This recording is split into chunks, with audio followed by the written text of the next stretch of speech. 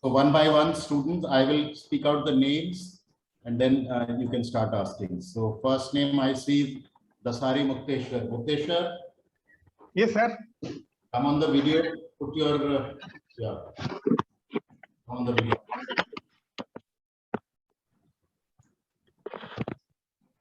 Yes, morning. Yeah. Ask anything you want to ask about gallbladder cancer. Sir, in a case of a normal gallbladder, which we are not suspecting any malignancy. Sir, can you hear, sir?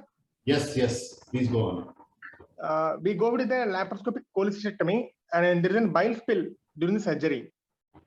So in the post-op in the HP, it came to be a malignancy. And what we consider actually it is a metastatic, will consider or will go for a neoadjuvant, sir. So the question is a diagnosis of incidental gallbladder cancer, but when we review the operation notes, we find that there was gallbladder perforation and bile spill. So what should be the plan of management? Should we consider this as metastatic disease or should we consider it as the usual incidental gallbladder cancer? Dr. T D, please. Sir, the question is, I think about incidentally detected, what you described, classical incidental, meaning thereby you don't suspect on table. I hope the person has cut open the specimen and he did not suspect, and then it comes to be a gallbladder cancer, which is a histopathological surprise. So there is one more question to be asked: from which port the gallbladder was taken out and was it put in the bag or not? That would be relevant in terms of post-operative management. So we know that bile spill has more recurrence rate in comparison to without bile spill, but this patient will not considered as a metastatic disease.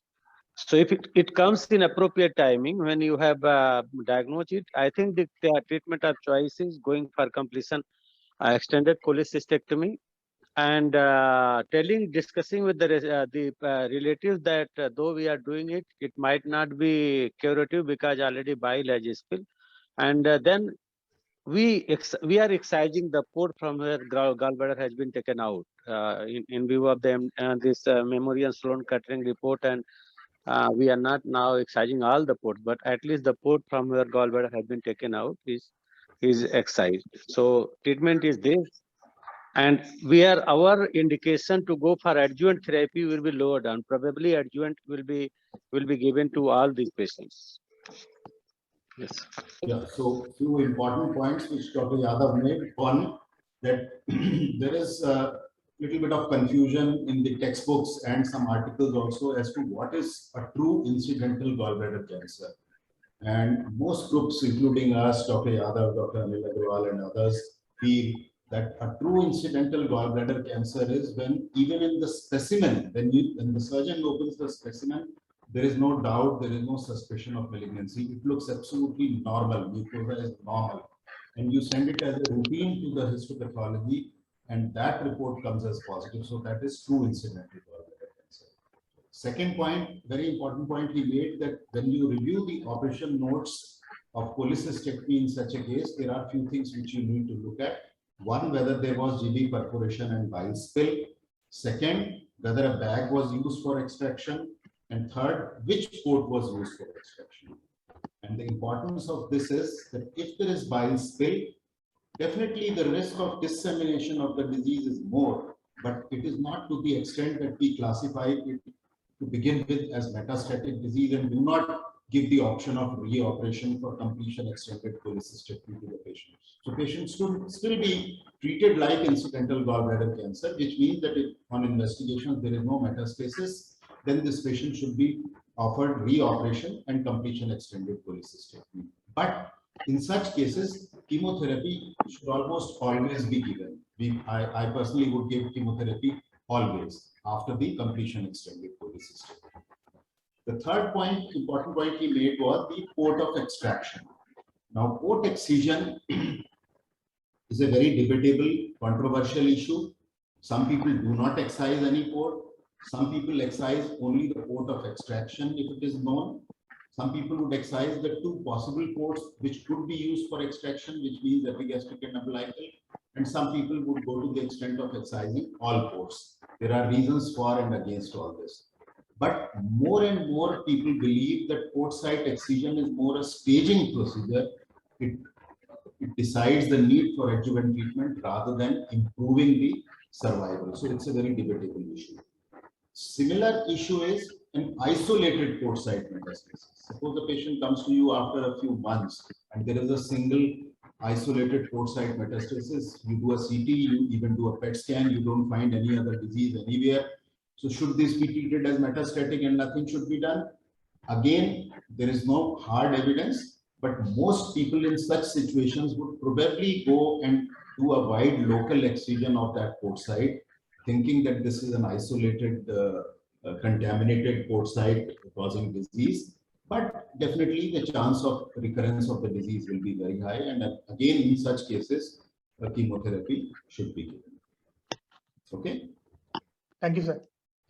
Okay. Next is Ankur. Yes, sir. Good morning. Morning.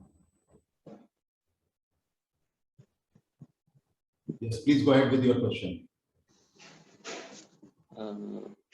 Sir, for that's for T1B, sir, T1B stage, what is the ideal surgery, sir? Dr. TD?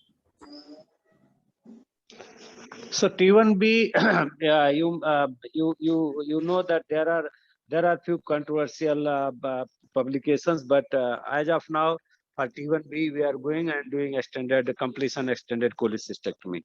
Same protocol as we discussed earlier for the incidentally detected. We are still going for completion extended cholecystectomy. For port and bile spill, all the rules remain the same. So, in short, that is what is being recommended. But when we are diagnosing pre-operatively, then patient duration between the referral and you are getting admitted, depending upon that, whether you are adding staging laparoscopy, then that we always do, because most of the time we are finding that you go and review the report, you are finding some suspicious thing on the ultrasound. So, but in short, the answer would be that for T1B, as of now today, the completion extended cholecystectomy is the option of the choice.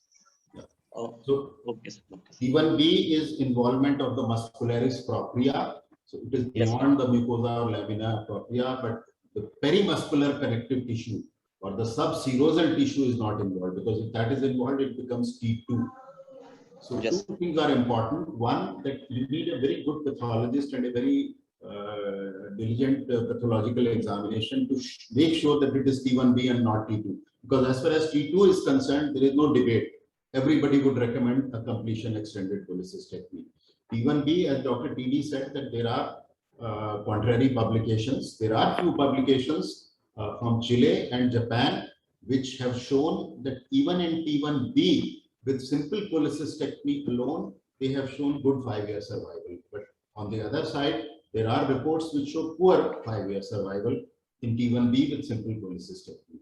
So again, my philosophy is same as Dr. TD. This is an early, possibly resectable, possibly curable gallbladder cancer. So one should have an aggressive approach in these situations. So we would also recommend reoperation for completion extended cholecystectomy for T1B disease.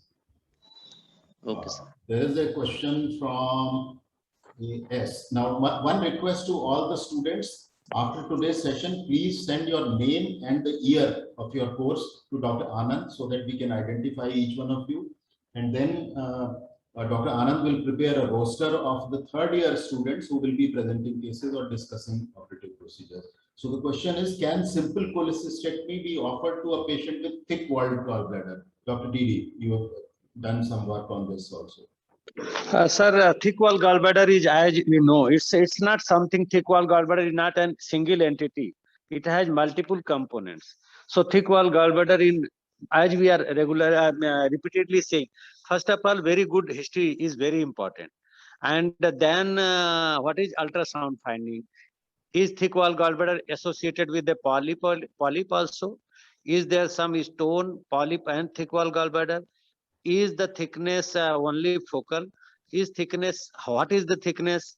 Usually 4 millimeter is in the literature. So it is isometric thickness. It is regular thickness. Is it the irregular thickening? Which particular area it is involving? So most important would be that circumferential thickening, is it? Or is it the thickening which is only involving particular area? That is very important. Then it is regular thickening, means or there are irregularity in the thickening. And then what is the thickening? So there are 2-3 differential comes in the mind when we are talking about thickened gallbladder. That is, one is that chronic cholecystitis. So, and then second one is xantho. By no stretch of imagination, by all clinical examination, we are able to differentiate xantho preoperatively. Very difficult, even adding PET scan. So all these questions keeping in the mind, then taking a thorough history, and then going for the surgery. So simple cholecystectomy for thick wall gallbladder would have multiple components. So if you have a history of acute severe cholecystitis and patient coming with thick wall gallbladder, then the circumferential thickening will be there, and then patient having no symptom at all of any malignancy, probably your decision towards going cholecystectomy will be toward the higher side. But if it is not there, then even for the circumferential thickening, we have to think about. So we published one this thing recently and did a thesis on this, and we found that I'm talking of not the irregular, not the focal thickening. I'm only talking of circumferential thickening, which is not irregular. We found that if thickening is in the range of 1 centimeter, 9.9, we have, then chances of gallbladder cancer is 90, more than 94-95%. So these are the very important point. It is 5 millimeter, and we found that if it is in the range of 6.6 centimeter, it is chronic cholecystitis, and it is going in 8 millimeter, then usually it is xantho. So these are the things.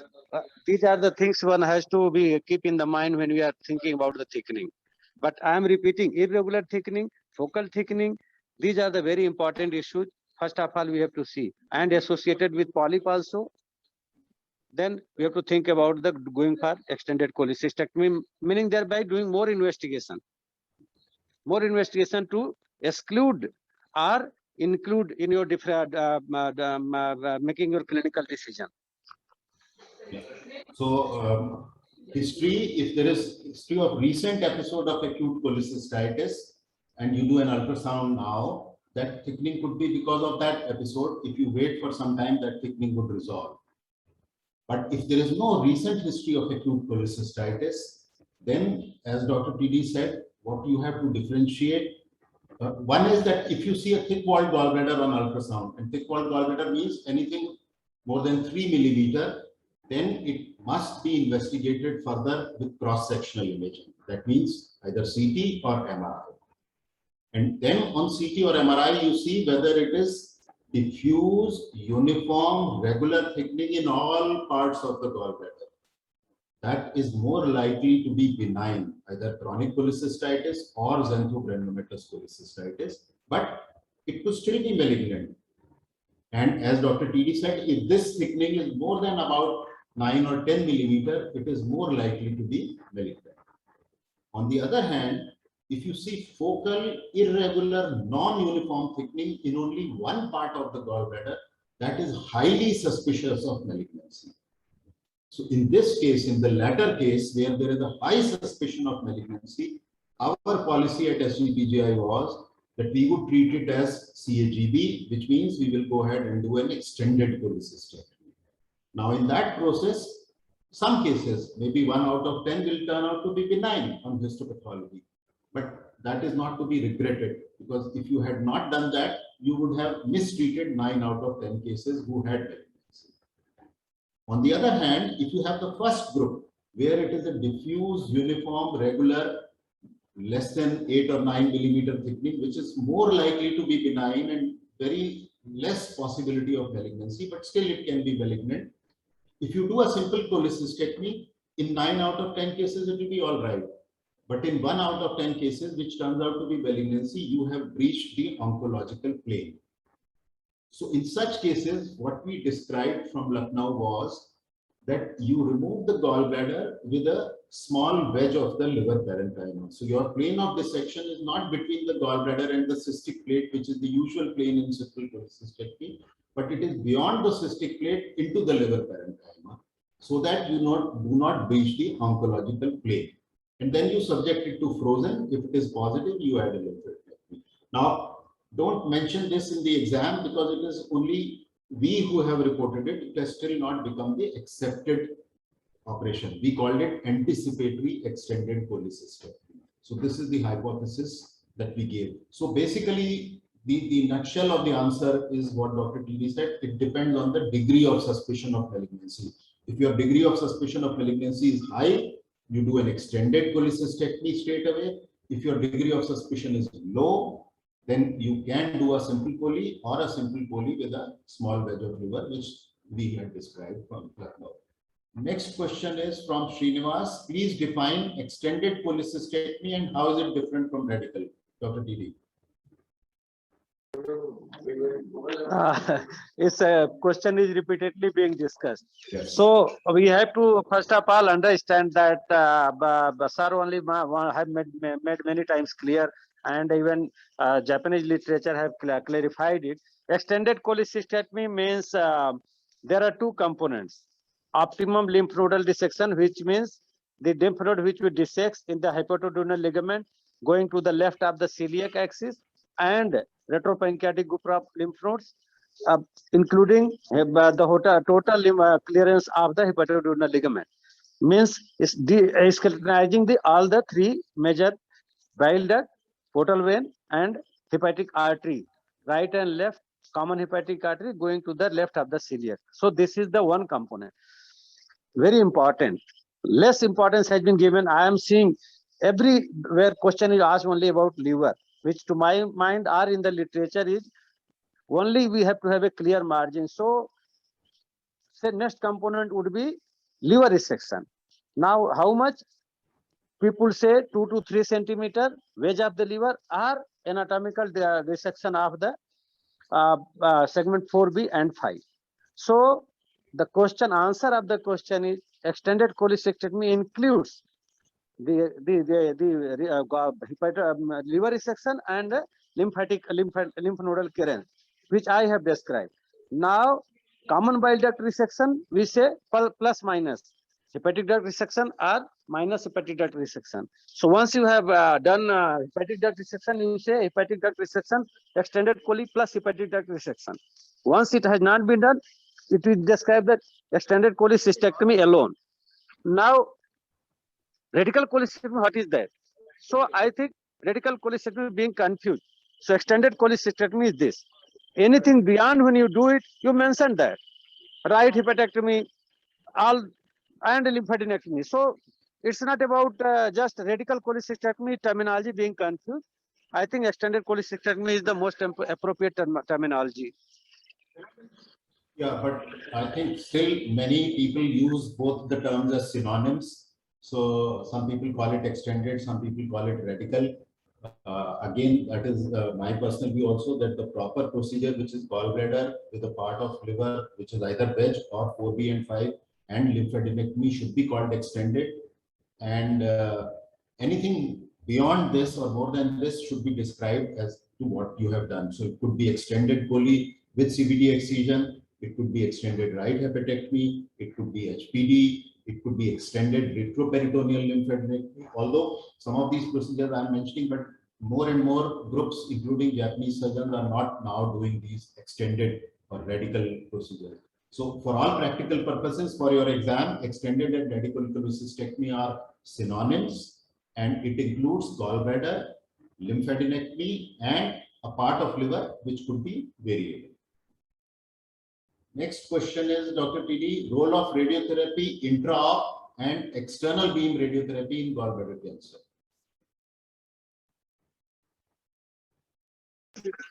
So, sir, the answer is that we are not giving radiotherapy as of now as a routine. So not intraoperative. As you all know, you are aware, Todoroki group in the very beginning, they did this, but after that, we are not finding many reports of extended intraoperative radiation therapy. Maybe anecdotal, some people are doing. And post-operative, we are now where we are giving chemotherapy, chemo radiation still we have not started, other than when there is a port side metastasis. So once you are excising a port side mesh, we have given this adjuvant therapy in terms of chemotherapy as well as radiation to that particular port.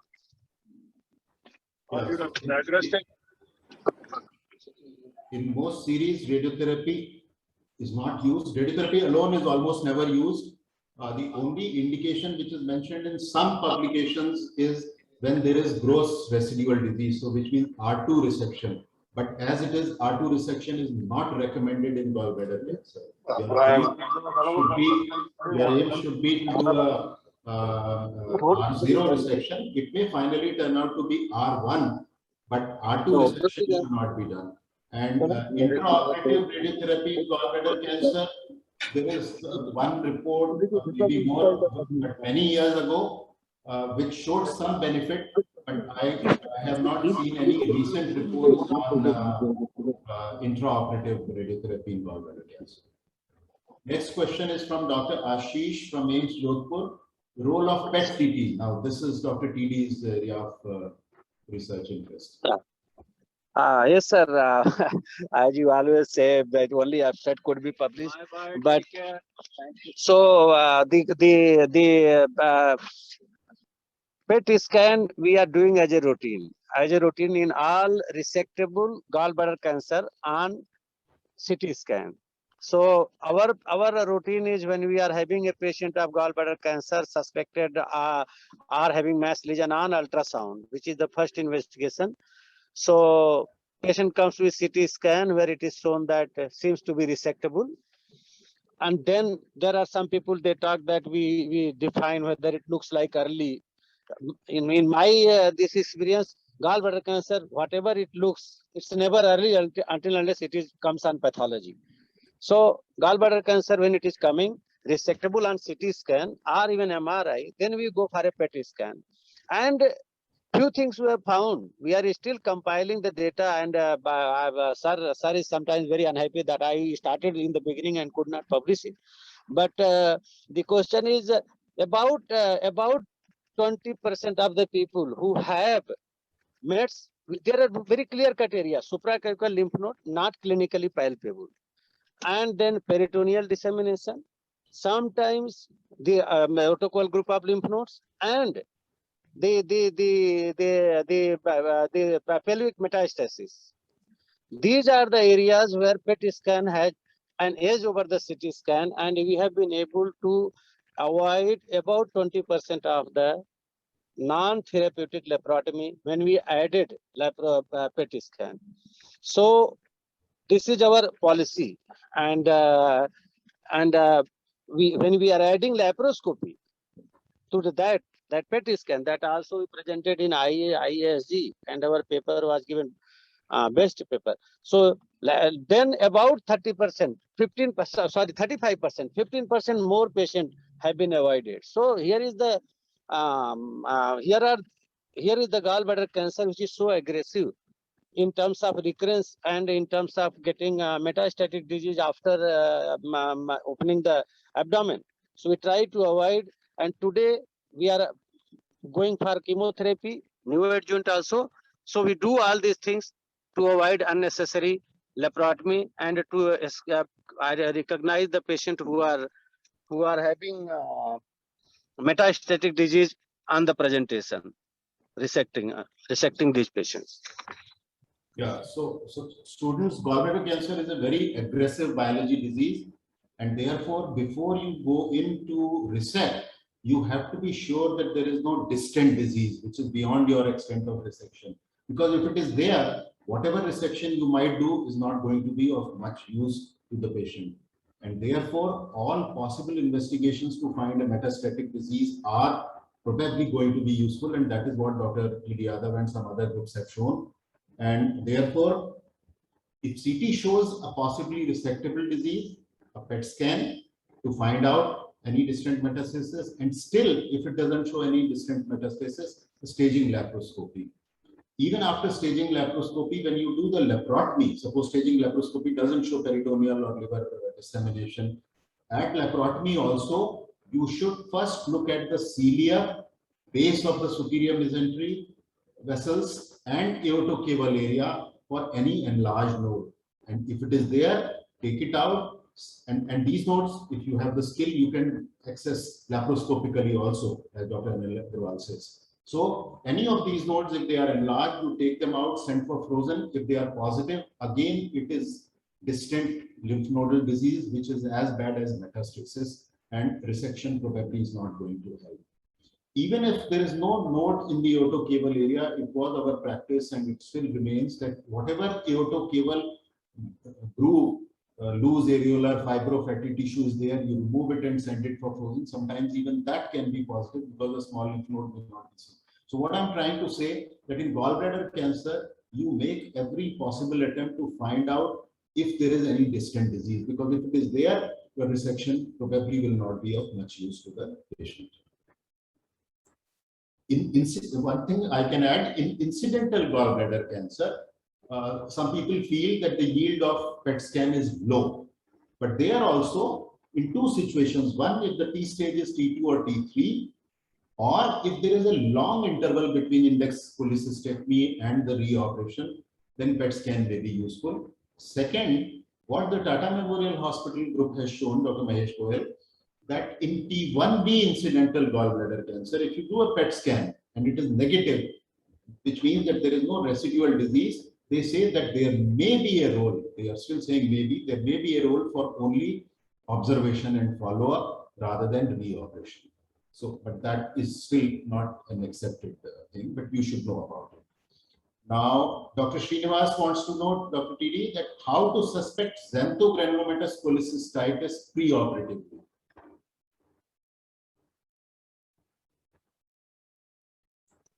Sir, as I said in the beginning, it's a more inflammatory like symptomatology. So if the patient had acute cholecystitis attack, if there are some suspicion of having raised TLC in the beginning and patient have received antibiotic in terms of I think Dr. TD we are suspecting some pus also in. I will take that. So any history to suggest inflammation in the form of fever, in the form of some anorexia, yes, weight loss, inflammatory markers, total count, and very important, diffuse, uniform, regular thickening of the gallbladder wall with hypoechoic or hypodense nodules, which a good radiologist can see inside the wall of the gallbladder, that very strongly suggests a diagnosis of xantho. But you must remember, xanthogranulomatous cholecystitis, both radiologically and even at operation, even the specimen can look like CAGB. It can even have infiltrative pattern. All of us have seen patients where the disease involved the common bile duct or the duodenum or the colon, looked like malignancy, but finally turned out to be xantho. And vice versa also. When you thought it is CAGB, it fortunately came out to be xantho. So in such situations, the philosophy should be that if it is resectable, you resect. Because if you don't resect, you are not treating CAGB properly. But if it is obviously unresectable and you are not sure whether it is malignant or not, then one philosophy is that you open the gallbladder, remove the stones, take out as much of the gallbladder wall as is possible without causing any enteric, that means duodenal or colonic injury, or injury to the structures in the hepatoduodenal ligament.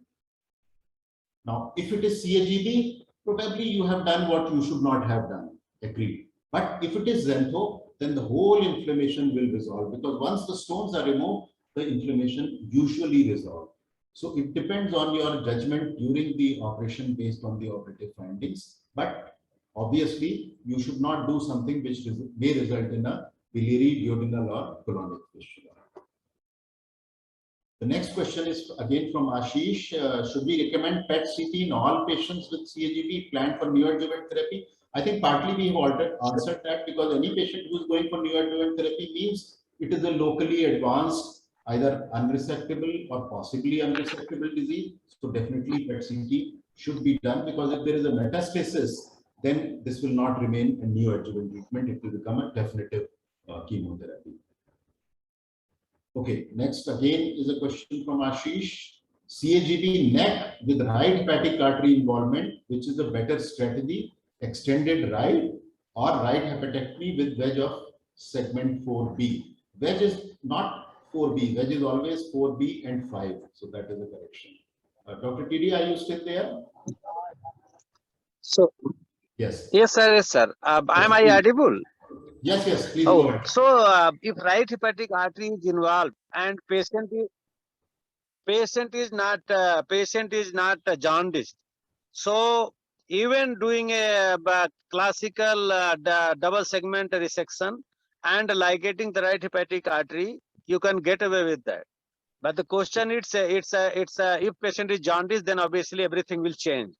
Now, whether to do right hepatectomy, right extended, if we follow the policy of trying to preserve the 4A, segment 4A, and take the, while ligating the vessel coming from left to right, you have to put a clamp on the major vessel and see, like whether it is going and the segment 4A is getting demarcated in terms of as we apply, getting color is getting changed because of the clamp.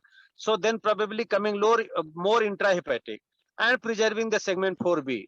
However, if liver is normal, there is no jaundice, this philosophy might not be required. So it is person to person based, but obviously segment 4B has to go, right lobe has to go. Right extended hepatectomy, you can be avoided by preserving the segment 4A. So this would be the treatment. But as I said, in 1 or 2 cases where right hepatic artery was involved, we ligated and we checked it. And since there is so much of collateral circulation and portal vein is not getting involved, if portal vein is free, only right hepatic artery is involved, no jaundice, I am repeating, then even classical extended cholecystectomy can be performed if it is possible, and patient you can get away. Obviously, in a neck lesion, you have to remove, do anatomical. You cannot get away with only doing a wedge resection.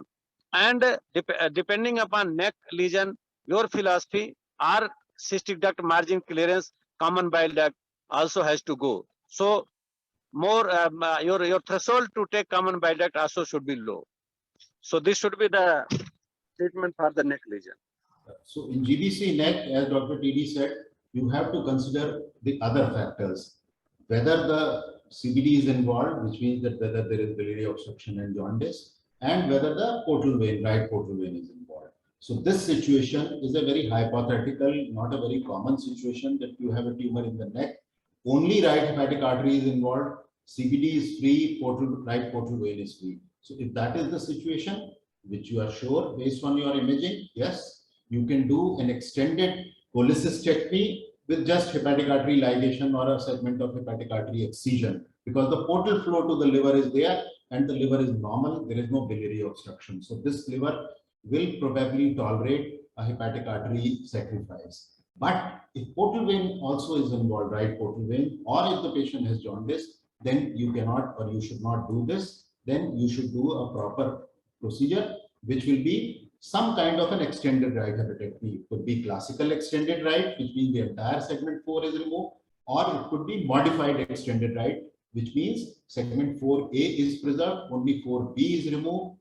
And if there is no liver infiltration, you could even do a right hepatectomy with only a wedge of segment 4D, which means you preserve most of the segment 4 parenchyma.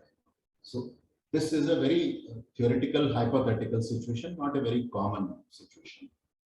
Next question is from Dr. Siddharth. Timing of completion cholecystectomy or criteria to decide when to operate in incidental gallbladder cancer after the index cholecystectomy. Dr. TD. Sir, can question be repeated? I could not clearly understand. Is it about the timing? timing of Timing of reoperation after incidental gallbladder cancer. So the simple answer is as soon as possible. Can I add to that? So that is what the practice was till a few years ago by everyone, because it was guided When you by, get a patient and you do the workup, and but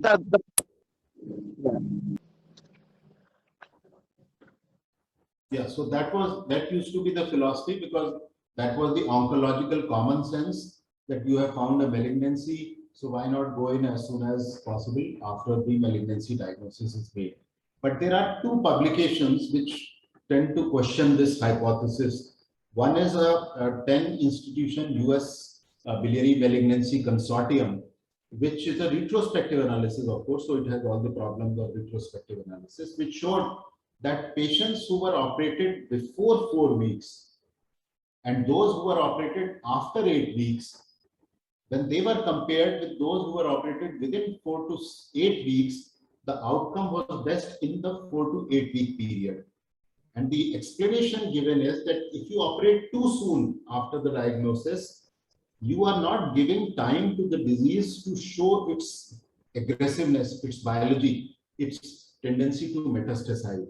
So if you operate within a week, maybe the disease was very aggressive, and within a few weeks, it will show metastasis, which if you had waited for some time, you would have detected those metastases. Secondly, they say if you operate too late, then you have given a chance to the residual disease to grow. So that is why they say that a medium interval of 4 to 8 weeks gave the best outcome. Again, this is a retrospective analysis. Then group from Tata Memorial Hospital, what they showed that in incidental gallbladder cancer, instead of operating straight away, they gave as a pilot study neoadjuvant. Now this is neoadjuvant before the reoperation, chemotherapy, and then operated upon the patient. So in this process, some patients got excluded, those who progressed on neoadjuvant treatment, or maybe those who metastasized on neoadjuvant treatment, and therefore the poor biology tumors were excluded. And they showed that the best results were obtained when they operated even 10 weeks after the index cholecystectomy. But during this waiting period, some treatment was being given for the malignancy. I know that I think the MD Anderson or one of the groups in Miami has started this multi-center study where now they are evaluating the role of neoadjuvant treatment. But this is all not standard of care.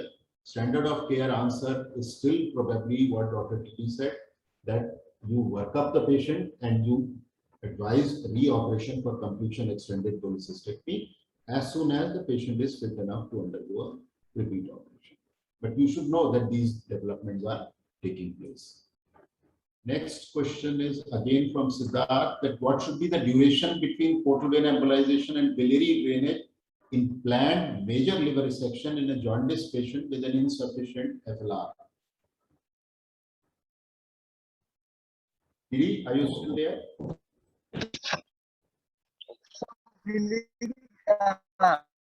Sir, biliary drainage, when you go for a portal vein embolization, because in a bile duct, in a bilirubin which is more than 5, most of the people would be very hesitant to do a portal vein embolization. So sequence is, I think, little bit different.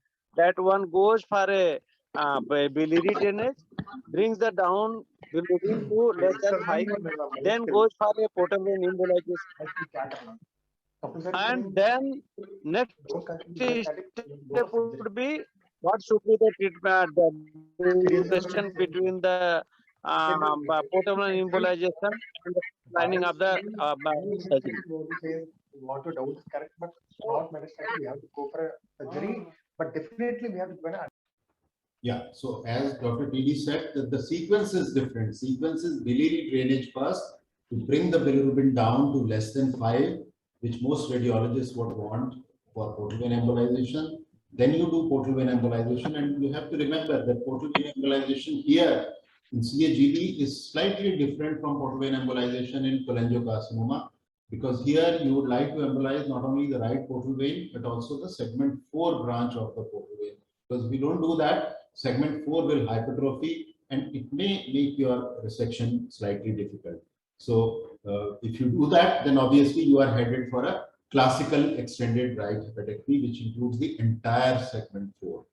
Now, the duration of interval between portal vein embolization and resection, I think, is about 4 to 6 weeks. Am I right, TD? Sir, that depends. Sir, after 3 weeks, we usually do more about the viewer. So if we are able to achieve our adequate optimum size, so that is even that time is also dependent on the achievement of our aim. So if we are able to achieve the aim in that period, then okay. If it's not, then again we cannot go because only time has come. So we have to vote little more, or we have to think why liver is not getting the size which we require. As you said, that super selective embolization, if it has not been done, it has to be thought in the mind. And then if it is still not a liver is increasing, then one has to think about the liver is not good enough to regenerate. So probably that particular patient loses the chance of resection. So this would. So would you do a CT at 3 weeks or 4 weeks and see the volume and then? Yes, sir. Yes, sir. That's CT volumetry is must after 3 to 4 weeks, depending upon the situation. And if you are able to achieve, then there is no this thing, and the bilirubin is down, and you are able to achieve, then 3 to 4 weeks is the optimum time. But if we are not getting, then obviously it's a difficult problem. Now, since we are discussing portal vein embolization, in fact, yesterday only in the theater we had a discussion that what is the role of ALPS in CAGB? Sir, ALPS in obstructive jaundice is a very debatable, and most of the people, because of the so much complication they are not doing. The fibrous liver and dissecting and living like this usually is not a very preferred. Lots of bile leak and lots of mortality because of this procedure only. So it's not the first choice. ALPS is not the choice for the obstructive jaundice patient. And also, in spite of the initial. Yes, sir. Also, I presume that if it is GBC neck infiltrating the common bile duct, right hepatic artery, right portal vein, the dissection at the hilum, which is so essential for ALPS, probably would be technically difficult. I have no personal experience. Yes, sir. That is also that is also a point. Yeah. Another question from Ashish: can timing of completion cholecystectomy be affected by the stage of the disease, by the T stage? So does the T stage decide when do you reoperate?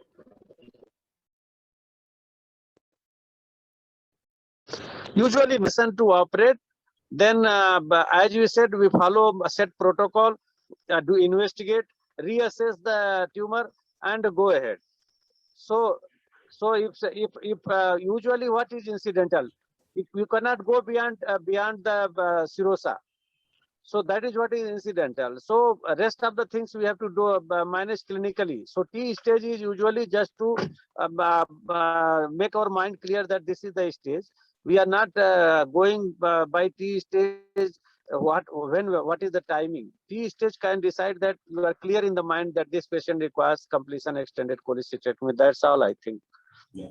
And the other is that T stage would, if you don't believe in a routine PET scan, if the T stage is higher, probably you should do a PET scan.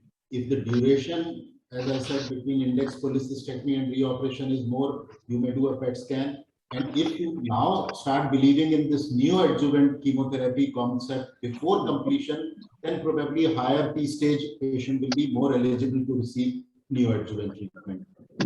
That would be, sir, depending upon the CT scan or PET scan finding. If PET scan finding or you are not finding any lesion, then probably preoperative neoadjuvant till that usually will be not be given. But obviously, if you are finding something on the PET scan in the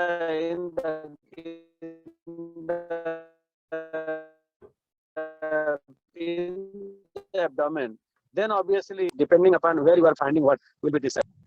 Yeah, as I said, that this neoadjuvant treatment before completion extended cholecystectomy is still not an accepted or standard of care, it is being kind of investigated. There is a question from my colleague, Dr. Shaswat. Would you do a staging lab before portal vein embolization and then again just before surgery? So will there be two staging laparoscopies? Sorry, question. Yeah. So when you are planning a portal vein embolization for a major hepatectomy, will you do a staging lab before portal vein embolization? Staging. And then at the time of hepatectomy? 100%. Sir, yes, sir. Portal vein embolization before, ideal is before portal vein embolization. Sometimes because of the logistic we are not doing, but so much of resource is involved.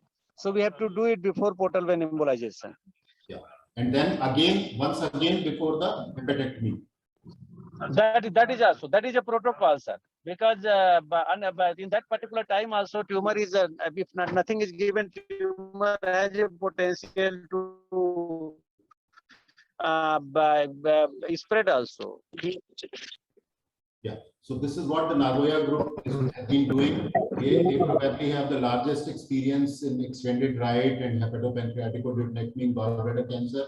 And if you read their publications, in between the lines, it becomes clear that they do staging laparoscopy twice, once before portal vein embolization and then once just before the planned major hepatectomy. Next question is from Dr. Siddharth.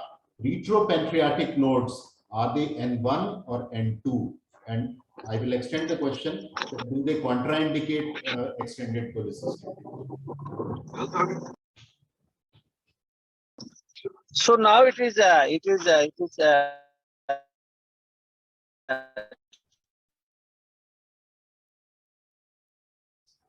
I will take that question. So now, of course, the N1 N2 classification, like with many other cancers, is based on the numbers and not the location.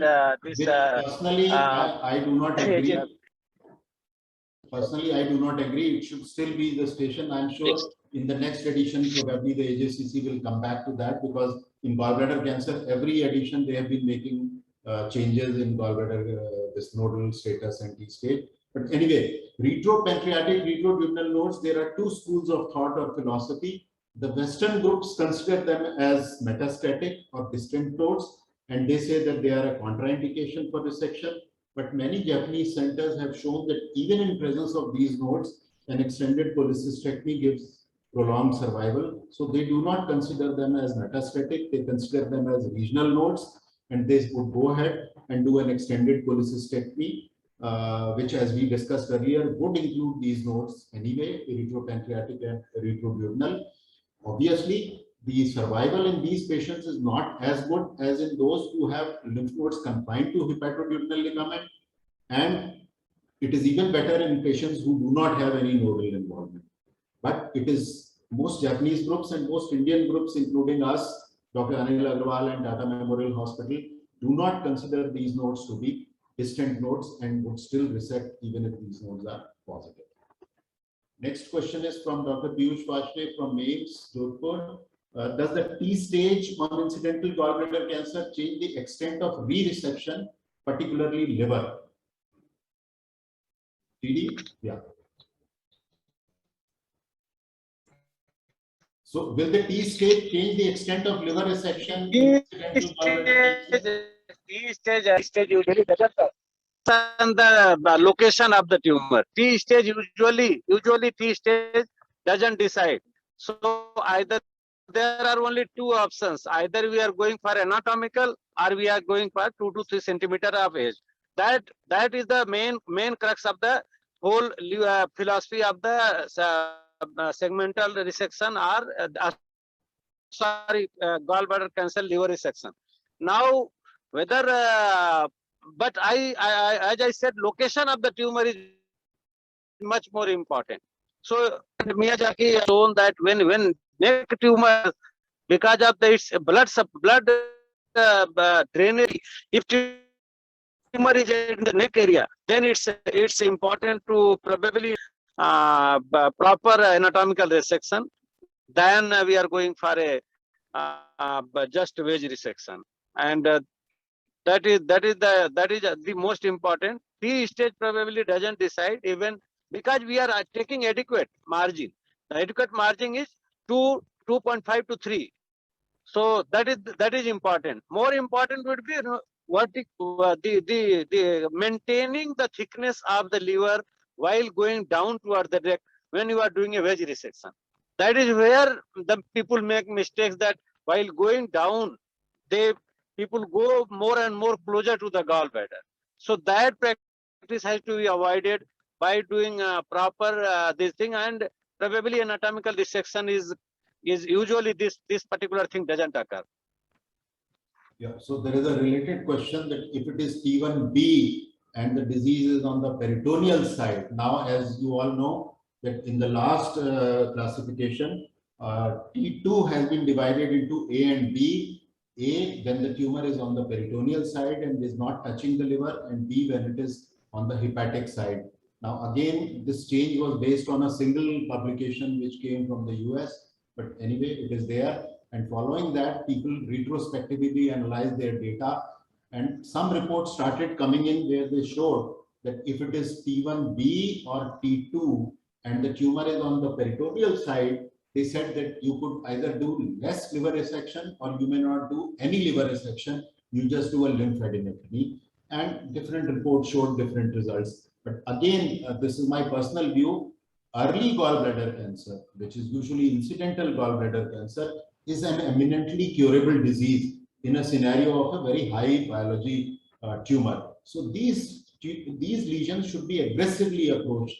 I don't think we should compromise on oncological principles in these cases. So it is better to overkill rather than do an under treatment. And that is my philosophy. So early incidental gallbladder cancer, one should be very, very aggressive in using surgery to achieve an R0 resection, and if there is a slightest doubt, in giving adjuvant chemotherapy.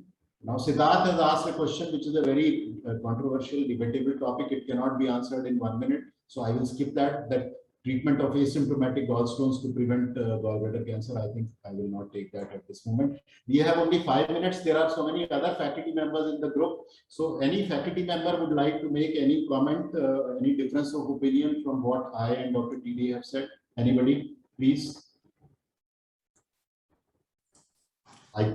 Yeah, please come. So coming back to my question, sir, I still remember that there is some data from Germany that they have showed in T3 and beyond. The right peritoneum has improved survival. Yes, yes. So is there any role in going for radical resection in cases of T3, T4 cancers? You are very right. The German cancer registry, incidental gallbladder cancer registry data showed that if it is if I remember correctly, T2 and T3, then they showed wedge resection is, sorry, 4B and 5 is better than wedge. But at the same time, there is a retrospective analysis of the Japanese data, which shows that as long as you have a clear margin, R0 resection, the extent of resection is not related to stage. So these are issues which are still not sorted out, but the students should know all these different publications. So is there any standard protocol for neoadjuvant chemoradiotherapy that we are following across our country? Like what dose of radiotherapy or what protocol for chemotherapy we are giving as a neoadjuvant protocol? In primary gallbladder or in incidental? So in primary. Primary. Okay, even in primary gallbladder cancer, neoadjuvant chemo or chemoradiotherapy is not as well established as in some other cancers like esophagus, stomach, pancreas, rectum. So it is still an investigational, and most articles will say that if you want to give neoadjuvant treatment, you should do it in a trial setting. Again, my personal view, I would use neoadjuvant treatment in a patient who is not clearly resectable, who is possibly unresectable, and mainly to assess the biology of the disease. So I would give 2 or 3 cycles, and most of the time this will be gemcitabine based, either gemcitabine cisplatin, to see the biology, because if on neoadjuvant chemotherapy the disease does not respond, progresses or metastasizes, then probably resection would not be of any use. I see Dr. Bhojwani there. Dr. Rajesh, you want to make any comment? Hi, sir. Good morning. I was actually enjoying the question and answers for the last 1 hour. It was very, very interesting, and I am sure the PGs have been benefited to major. Few comments. I mean, I agree to almost everything which has been mentioned. Because the postgraduates would actually be entering their career as a consultant or a practitioner. There are a few things which we tend to ignore, which they must realize. The important thing is that most of the discussion as a student, particularly when it comes to examination, revolves around just about 10% of patients who will present to you with jaundice and may fall in that controversial area wherein a resection may or may not be indicated. Do not fall there. Gallbladder cancers, half of them would be seen in the disseminated state already. Important from my point of view, one is perhaps when it comes to a suspicious thick wall gallbladder or carcinoma gallbladder, ultrasound does remain the most important investigation. And if you have a good sonologist, he can perhaps comment on the morphology of the gallbladder much better than a CT scan or any other modality can. Secondly, there is a role of neoadjuvant chemo, even in incidental carcinoma gallbladder, say for T1B or T2. And of course, you have already mentioned the data, and it is possible that in times to come, we might differentiate between the patients who should go in for neoadjuvant and who should go in for surgery directly. And importantly enough, of course, in fact, I would be keen to know the data from various centers across the country, and particularly Dr. T D Yadav, as to how many patients are we able to eventually resect after portal vein embolization, after PTVD and then portal vein embolization. Because in my experience in the last 7 years, we have not been able to do even a single patient. And I think we must have done a PTBD on more than 50 of such patients. So not even one. So I don't know whether it is actually a practical option or it is just a theoretical discussion. Yes, I fully agree. In fact, I have been asking my young colleagues at STPGI to take out that data, because offhand there were very, very few cases which went through this staging laparoscopy, biliary drainage, portal vein embolization, staging laparoscopy, and then, as you said, we did all these preparatory steps in a large number of patients. So yes, practically speaking, how much is possible? Maybe one of you, the young faculty members, can take this as a pilot survey that asks all centers which are handling gallbladder cancer that how many such cases were prepared and how many were eventually resected. It would be a very good data to collect. Anyone else? Anand, you want to make any comment? Selva? Who else is there in the faculty? Sir, Dr. Chobe sir. Professor Kapoor, keeping the aggressive nature of the disease, Professor Kapoor. Yes, please. Keeping the highly aggressive nature of the disease in mind in North India, is it worth taking risk of waiting and not doing surgery as the Tata Memorial Group is advising, and not doing the completion cholecystectomy, incidental CAGB? Sorry, I could not understand. You see, you had commented that nowadays the Tata Memorial Group is advising that not necessarily one should do completion cholecystectomy in all cases. But what is your take, keeping in mind the highly aggressive nature of the disease in North India? Yes. So that publication says that in T1B incidental gallbladder cancer, if the PET scan is negative, patient may not be reoperated. Personally, I don't agree, because my approach, as I said, is that early gallbladder cancer should be aggressively treated. So best time to operate.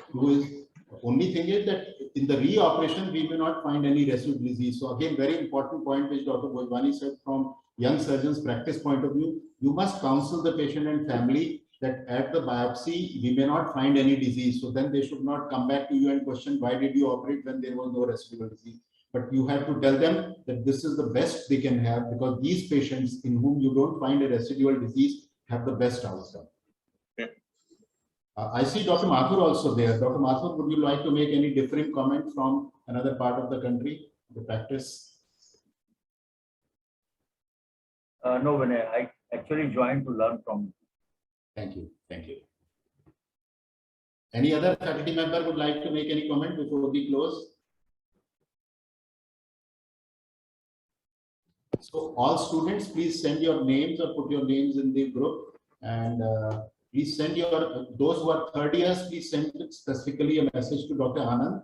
He will kind of make a roster where by rotation, one of you can present either a case or an operative surgery like Dr. Mathur did last time for total attention. You can also indicate your choice of operation which you would like to discuss, and then we will get an expert on that subject from the group. And thanks, Avinash, for organizing this. I am sure you are recording this also and putting it on the website.